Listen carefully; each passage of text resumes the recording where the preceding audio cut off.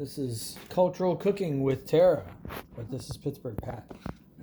And this is what you do with the end of your ice cream. You ever have that ice cream that's in there and it starts getting little crystals on the side and you didn't need it? And I don't know why I didn't need it, but I didn't need it. Well, you know how it's cold and you want to make some hot chocolate? Take some baking powder. Not the Swiss Miss stuff. You make your own. Baking powder. No, baking cocoa. Baking cocoa, not baking powder. Baking cocoa. That'd be bad. Baking powder would be bad. And then take some sugar. Just regular sugar. Yes, I have a sugar bowl.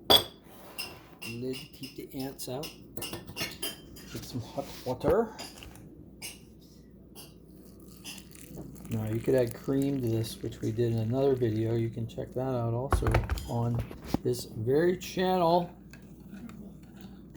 I often drink it just like this. But since I need to get rid of this ice cream, and take my hot spoon, like a hot spoon through ice cream. You hold that? Mm-hmm. No, hold that. Thank you. Yes. Take a nice big dollop. Oh, right? Yeah, big. Oh, yeah.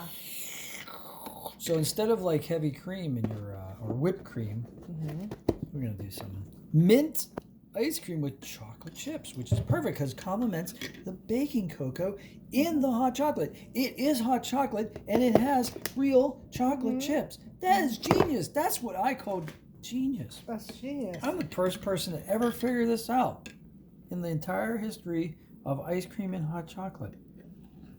Everything is proceeding. Nice. Because I have foreseen. Nice. Wicked cackle. Wicked cackle. Ha ha ha ha.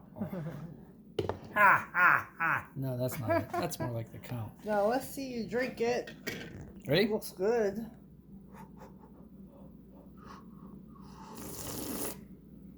The other nice thing is it cooled down the really hot water to a slurpable temperature.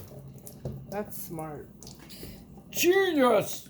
Brilliant! Thank you! That was an old Saturday Night Live skit with John Lovett and John Lithgow. All right. Have a great day. Smash like. Enjoy your hot chocolate and ice cream.